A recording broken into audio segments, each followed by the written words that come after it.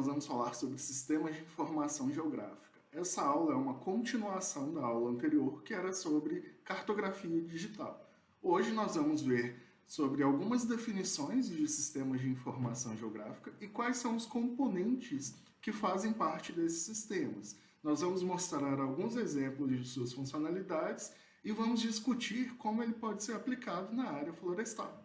Vamos lá? Nós vamos começar a aula então com um exemplo, nesse caso da coleta de dados de inventário, realizado na floresta, e nós queremos disponibilizar esses dados, processar esses dados e gerar uma informação para o nosso usuário final. Então a gente tem a coleta de dados, no momento dessa coleta a gente pode também fazer a coleta das informações, das coordenadas de cada árvore, por exemplo. Nós colocamos essas informações em uma tabela, um arquivo de texto. Esse arquivo com esses dados, no caso de coordenadas e de diâmetro das árvores, eles devem ser transformados, devem ser visualizados na forma de um mapa e precisamos processar essa informação para gerar um mapa, por exemplo, de identificação das áreas de maior potencial de produção, em termos do diâmetro, por exemplo, que é esse o mapa que está sendo apresentado aqui por último. Para que isso tudo aconteça, a gente precisa de um sistema que faça a integração de todas essas informações e que faça também a manipulação dos dados e forneça para a gente um resultado interessante de ser analisado. Nós fazemos isso, então, a partir dos sistemas de informação geográfica. Se nós pegarmos a definição de sistema de informação geográfica, a gente vai ver que uma delas menciona que ele é um conjunto de ferramentas para coleta, armazenamento, consulta, transformação e visualização de dados espaciais. Então a gente precisa de ferramentas para todas essas etapas. Uma definição um pouco mais simples fala que ele é um sistema computacional para gerenciamento de dados espaciais. Mas o entendimento atual é de que um SIG, ou um Sistema de Informação Geográfica, faz parte de uma ciência de gerenciamento e análise de informações geográficas. Ou seja, ele se torna muito maior que simplesmente um software, um sistema computacional. Se a gente pegar a definição de cada uma das partes que compõem o sistema de informação geográfica, a gente vai ter que o sistema, a palavra sistema, está relacionada com os componentes que estão interligados e com diferentes funções, que são as funções de capturar, manipular, transformar, visualizar, combinar, pesquisar, analisar e modelar os dados. As informações, o termo informações, está relacionado com o fato de que os dados eles estão organizados de modo que eu consiga produzir conhecimento, e transforme esse conhecimento em mapas, tabelas, gráficos, imagens e outros produtos. E o termo geográfico está relacionado com o fato de que eu tenho a informação espacial atrelada a cada um dos dados que eu estou utilizando. O SIG, o Sistema de Informação Geográfica, ele tem tido grande destaque nos últimos anos, principalmente nas pesquisas. Mas além das pesquisas, na parte acadêmica, a gente também tem muita aplicação voltada para a prática. Então, hoje, basicamente, em todas as situações, nós utilizamos algum componente do sistema de informação geográfica. E isso acontece principalmente porque nós vivemos numa época de explosão da disponibilidade de dados, principalmente de dados espaciais. Então, todas as nossas ações, elas acabam sendo monitoradas por ferramentas, por exemplo, como o smartphone. A gente ainda tem isso associado ao fato de que nós temos hoje uma quantidade enorme de satélites que fazem o monitoramento também das feições na superfície terrestre. Então a gente tem uma grande quantidade de imagens de satélite. A computação na nuvem permitiu e tem permitido que todas essas informações, todos esses dados estejam prontamente disponíveis para serem analisados por meio das técnicas de exploração de Big Data. Então nós vivemos hoje, de fato, um mundo onde a aplicação dos sistemas de informação geográfica tem ocorrido rotineiramente.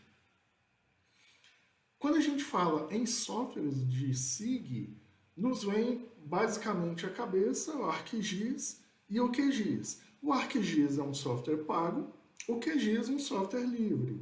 Mas antigamente a gente ainda trabalhava com o Spring, ainda tem muita gente que trabalha hoje, mas o QGIS ele tem suprido grande parte das funcionalidades existentes em outros softwares, né? Tais como o Saga, por exemplo. Mas como é que eu defino, então, a escolha de um ou outro software para utilizar? Primeiro, a gente analisa qual é o nosso objetivo, quais são as funções disponíveis no software que a gente está analisando e que a gente vai precisar, né, quais funções são necessárias para o nosso trabalho e qual o custo de aquisição e manutenção desse software. No nosso caso, como é o meu acadêmico, o nosso objetivo é basicamente o educacional e para pesquisa. Algumas funções disponíveis são as que nós veremos ao longo da disciplina. O QGIS ele vai ter todas essas funções. E o custo para a gente tem que ser um custo acessível, que no caso do QGIS é um software gratuito. Então ele não tem custo nem para a universidade, nem para os alunos que vão fazer a disciplina. Então por isso nós optamos pelo QGIS e nessa aula eu vou mostrar alguns exemplos de utilização dele sendo um sistema de informação geográfica. Quando a gente pensa nos componentes do SIG, a gente pode separá-los em 4. Um componente voltado para entrada e pré-processamento de dados, um segundo componente voltado para armazenamento dos dados, depois um outro para manipulação e análise e, por fim, um outro componente para geração de informação. Nós vamos passar por cada um deles. Quando a gente vai para os sistemas de entrada e pré-processamento, nós estamos falando basicamente da coleta dos dados, e aqui eu posso ter a coleta utilizando um aparelho GPS, um smartphone, posso ter coleta de dados utilizando satélites, e hoje nós temos utilizado e muito os drones, os VANTs, para poder obter dados e analisá-los em sistemas de informação geográfica. Então aqui nós temos o exemplo de uma carta que foi digitalizada e depois posteriormente vetorizada. Essa digitalização e vetorização faz parte do nosso pré-processamento. Em muitos casos, as imagens de satélite também precisam passar por pré-processamentos para remover ruídos, por exemplo, antes que a gente gere um produto final, como é o nosso segundo exemplo aqui, onde a imagem do satélite Landsat ela passou por um pré-processamento para então nós conseguirmos gerar um mapa de NDVI da área. O segundo etapa, ou o segundo componente, diz respeito, né, ao armazenamento de dados. Então hoje a gente tem trabalhado muito com o armazenamento de dados na nuvem, né, onde toda a nossa informação não fica exclusivamente no aparelho que estamos utilizando, então fica em servidores onde eu consigo acessar isso a qualquer momento. Tenho trabalhado bastante, né, os sistemas de informação geográfica em relação aos bancos de dados com as tabelas interrelacionadas, pois facilitam o manuseio, a manipulação dos dados e geração das informações, e a gente ainda tem as estruturas de dados que nós comentamos na aula anterior, que são a estrutura vetorial e a estrutura raster, que vai depender do que eu estou trabalhando e de como esses dados estão chegando para a gente poder utilizar no SIG. Qual que é a vantagem, então, de eu ter servidores de bancos de dados? Uma das principais é que eu vou ter um banco de dados atualizado continuamente. Então, imagine que a minha informação geográfica não está restrita, ou os meus dados não estão restritos à máquina a qual eu estou trabalhando. Outras pessoas podem acessar esses dados. Eu permito uma integração, por exemplo, com as operações florestais. Então, se eu tenho uma operação no campo, eu consigo enviar informação para o meu servidor e, posteriormente, eu consigo fazer uma leitura desses dados e geração de informações e ainda consigo fazer uma integração com as situações do talhão de maneira geral. Então, se a gente pegar aqui um exemplo, eu consigo enviar dados tanto do plantio, da silvicultura, da colheita e do transporte para um único banco de dados localizado em um servidor corporativo, por exemplo. Nesse mesmo servidor eu tenho toda a informação dos mapas das áreas, de todos os talhões, então eu sei onde eles estão localizados.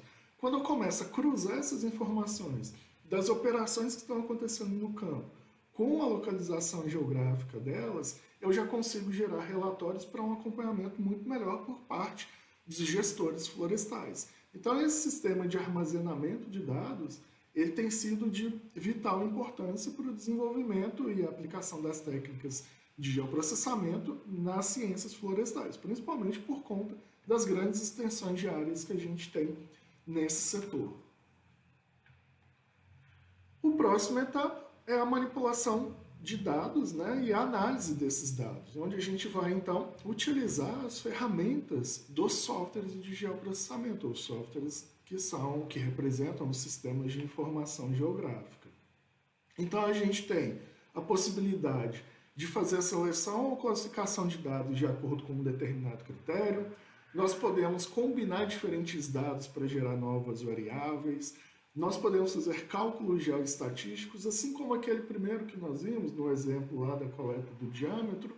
A gente consegue calcular áreas e comprimentos, gerar novas camadas, classificar imagens, fazer cruzamento de dados, ou seja, nós conseguimos tratar os dados e, de fato, gerar informação a partir daquilo que foi coletado no campo.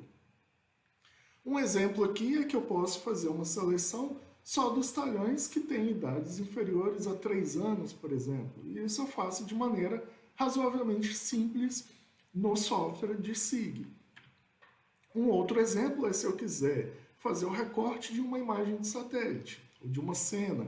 Eu posso, então, utilizar uma camada que nós consideramos como camada máscara e fazer o recorte só da área específica que eu quero trabalhar. Eu não preciso trabalhar com a cena inteira. Então, eu faço esse recorte só, por exemplo, para a minha propriedade. Posso também trabalhar com a composição de bandas. Se eu pegar as bandas nas faixas do azul, do verde e do vermelho, eu consigo então gerar uma informação visual relacionada com a coloração real daquela imagem. Então eu junto essas, eu faço uma mescla com essas imagens, com essas cenas, para poder então gerar uma informação que seja lida ou de fácil leitura para o usuário final. Posso fazer a mesma coisa com aquele recorte que eu fiz da propriedade. Não há impedimento algum. Um outro produto ou outra manipulação importante dentro de um SIG está justamente relacionado com a classificação de imagem.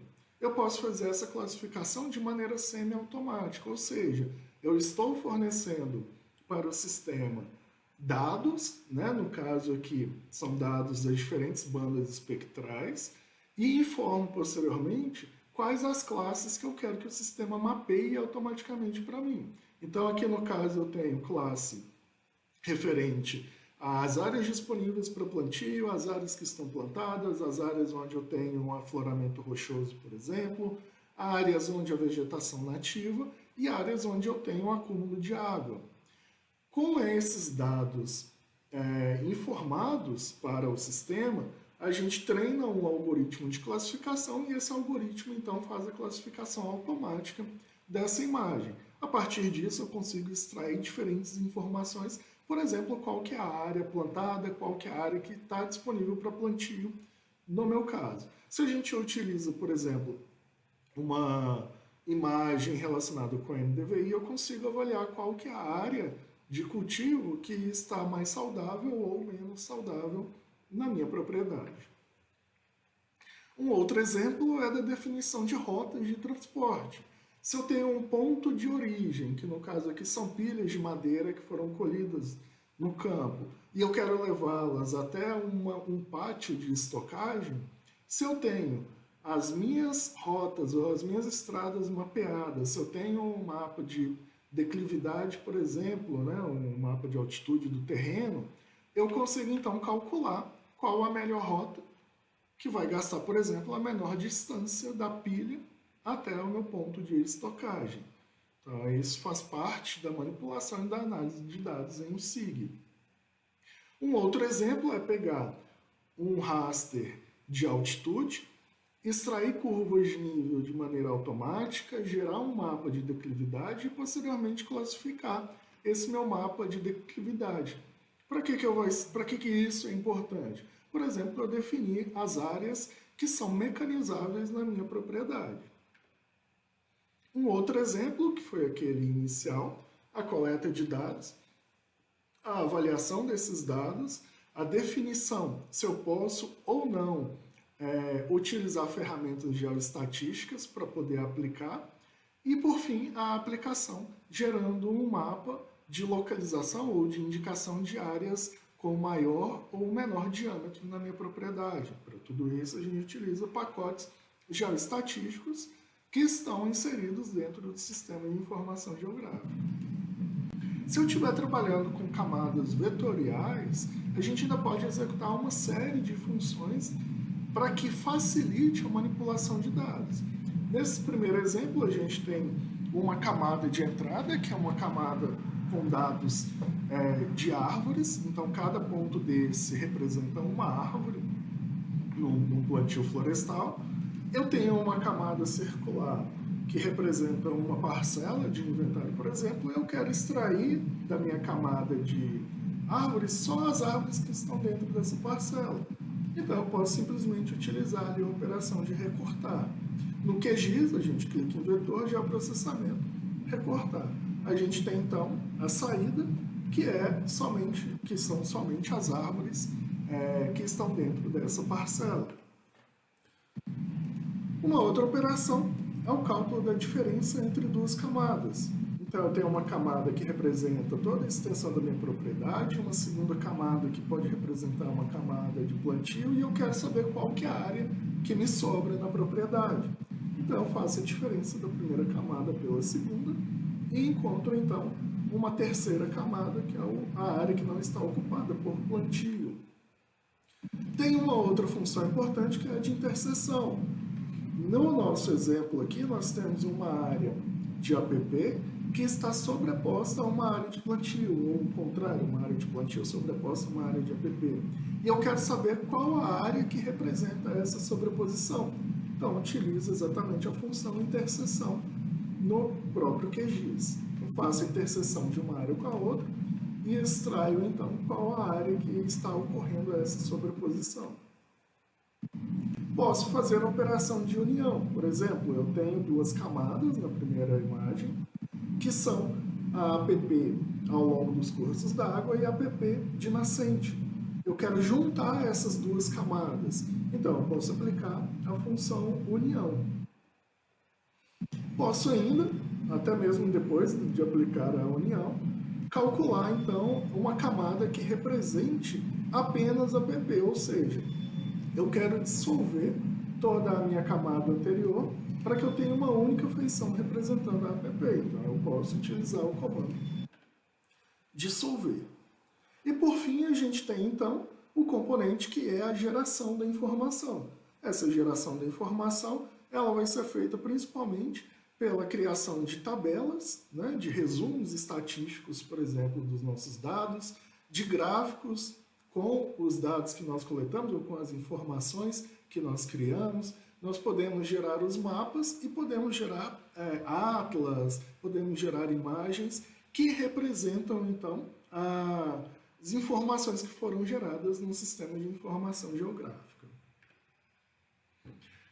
Uma coisa que nós precisamos ter em mente é que para que eu tenha uma transformação ideal dos dados em informações, é necessário que esses dados estejam bem organizados, sejam adequadamente processados e disponibilizados da maneira correta. Se eu não fizer nada disso, ou se eu falhar em alguma dessas etapas de organização, processamento ou disponibilização, a minha informação final ela vai ser comprometida e as análises posteriores também. Então, é preciso tomar muito cuidado com isso.